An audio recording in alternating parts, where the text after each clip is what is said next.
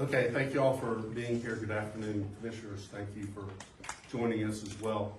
As many of you know, last night 2 of our officers were tragically shot during a proactive police stop, and I'm going to let the chief update you on the details of the criminal activity and the great police work that was done in apprehending the perpetrators. And I also want to thank the many other law enforcement agencies that assisted OPD during the evening. I'm going to let the doctors talk about the conditions of the officers to the extent they can. But to those officers and their families who I had the opportunity to meet with earlier today, I want to thank them for their service and their dedication to our city. They put their lives on the line every single day to keep our community safe. And I also want to thank the doctors and the nurses here at Orlando Health and all those who quickly responded and provided essential care to the officers at this critical time. So our entire community's thoughts and prayers remain with those courageous officers, their families, and our entire OPD during this difficult time. And now I'd like to call on Chief Smith to update you more on the details of the events from last night.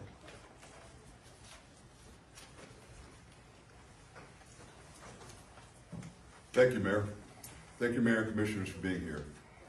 It's been a very long night. Our officers have faced danger throughout the night, trying to locate the suspect after 2 of our own were critically injured. Just a reminder, the officers' identities are protected by Marcy's Law. After an extensive search, officers were able to find the suspect at the Holiday Inn in the 5900 block of Caravan Court. The SWAT team responded to the hotel at 6 a.m. and was able to safely evacuate the hotel. The suspect barricaded himself in a room. Several attempts to get the suspect to surrender were made and refused to give up. At 8:58, the suspect shot at our SWAT officers multiple times. SWAT officers returned fire, striking the suspect. The suspect is now deceased. The suspect has been identified as 28-year-old Dayton Bale with extensive violent criminal history. The second suspect was determined to not be involved in the shooting. We did locate him. I'd like to thank Orlando Health and all the law enforcement agencies who have helped us throughout the night. I also want to thank everyone from our community who has been sharing information and support for our department. Our officers are lucky to be alive, and we ask that you continue to pray for them. I will now turn it over to Orlando Health. Good afternoon. We exist for exactly this situation. We are the only level 1 trauma center in Central Florida for both adults and for children. We stand ready at any time, 24/7, just for an event such as this.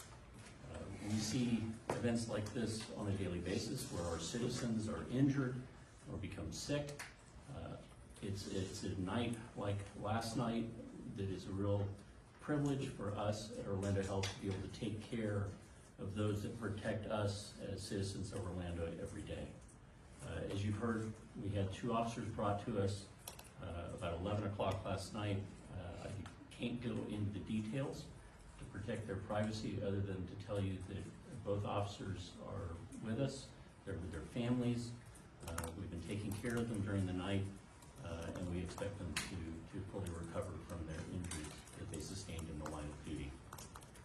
It is a privilege for Orlando Health to be able to serve the community, and we look forward to being here and being able to do that in the future. Thank you. Now we'll take any questions. Chief, you mentioned a second suspect was not involved. So no, this is a 1 defendant, 1 suspect matter in your eyes? Yes.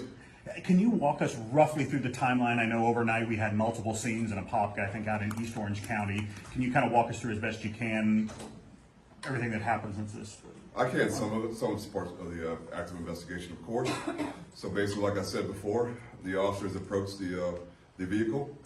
The person was outside of the vehicle, and basically the car was basically wanted for as a suspect in a homicide out of Miami. And then the shooting occurred. The 2 officers were shot. Officers were right there. Other officers were right there. A vehicle pursuit ensued. It went up to some different areas. It went up to Apopka. It went up to another couple of different areas. As you know, we were doing a lot of things in Apopka. And basically through our investigation, it came back to the hotel over in Caravan Court, the Holiday Inn, and that's where we found him. Are you able to say how you pinpointed him at the Holiday Inn? That's part of the investigation. Was there a carjacking involved here, and how did that all play out? Yes, that's one thing I mentioned last night, but I forgot to mention just now. So basically, after the shooting occurred, he did do a carjacking. We had a victim of the carjacking. So that was the vehicle that basically we were in vehicle pursuit of, was the vehicle he carjacked right after he shot the officers. Carjacking victim uninjured? Uninjured, yes. All right. And the car that was recovered at in Apopka, was that the carjacking victim's car? Yes. All right. So how did he get from the suspect get from there to the hotel? Did they grab another car? No, that's part of the investigation, but he didn't do any more crimes as far as finding another car, but who actually put him there is part of the investigation. The second person who was caught with the suspect, was that person willingly going along with them? Were they like a hostage? Were they just, how did that? No, not a hostage, just a minor offense that basically put him in contact with that person, but that's a part of the investigation. But they were traveling together? No, he's someone he came in contact with at the scene of the shooting. Oh, okay. Although you can't release a lot of details of the investigation, anything you want to tell the community about what your officers did or the teams that came in from other jurisdictions to make this happen so safely and resolve quickly? So I want to thank all the other agencies who came and assisted us, all the local agencies, most of them you know, that came and assisted us, but also our federal partners. Our federal partners did a great job, and they always help us. They're always there to assist us. As far as our department goes, our department really came together. This is a tragedy for our department, getting anytime we get officers shot. These officers are out here every day protecting our community. They put their lives on the line every day to keep us safe. And for some piece of crap to do this to them because they don't want to go back to prison is ridiculous. And we're not going to put up with it. We're going to stay out there fighting crime and keeping our community safe. That's our job. That's why we're here. That's why every one of our officers put their lives on the line. They're here to protect us, and they do it every day. Could you please give us the suspect's name? It sounded like you said Dayton Bale. But I wasn't We're going to release the criminal history. After, Yeah. we'll get it. Yes, Dayton Bale? Yes. Yeah. And you're all going to get a copy of the criminal history. Any other questions? Will that also include what happened, what was the occurrence in Miami as well? I'm not sure if that's in this criminal history. You may have to reach out to them. Okay. Yeah. Making sure. They're the ones who put the one out for the vehicle, but I don't think it's going to be a part of the criminal history. Okay. Anybody else you're searching for at this point? No. Community's safe, and we've done what we needed to do. Is there anything that you can tell us or want to tell us about any the tips that you got, the community support in tying this together? We want to thank the community because, as always, we get a lot of calls. There were people right there who saw this happen and said, "Hey, that person just shot an officer. You know, there he goes." And that goes a long way. There's a lot of communities, people don't do that. People don't care. Our community cares. And they told us they were like right there. You know, I was right at the downtown office, like most of you guys know. We came running out of there. And people were like, there he goes. He's right there. And we all did what we needed to do. Is anybody being investigated for harboring the suspect during this? That's a part of the investigation. We'll take two more questions. What agencies were involved in this? Pretty much all of them. You can ATF, FBI, DEA. I mean, everybody. All the federal agencies were there. They all assist us. And then all the local agencies, like I said, we went to Apopka, that incorporates Orange County. You know, Volusia County came over and helped us. Osceola County helped us. So I don't want to miss We will somebody, get but you pretty all much all that the counties. after, too. We'll That have a will be list for you. included in the But pretty much anybody you can imagine. Anywhere we went, all the agencies were partners, were brothers, and they all sisters, and they all came to assist us.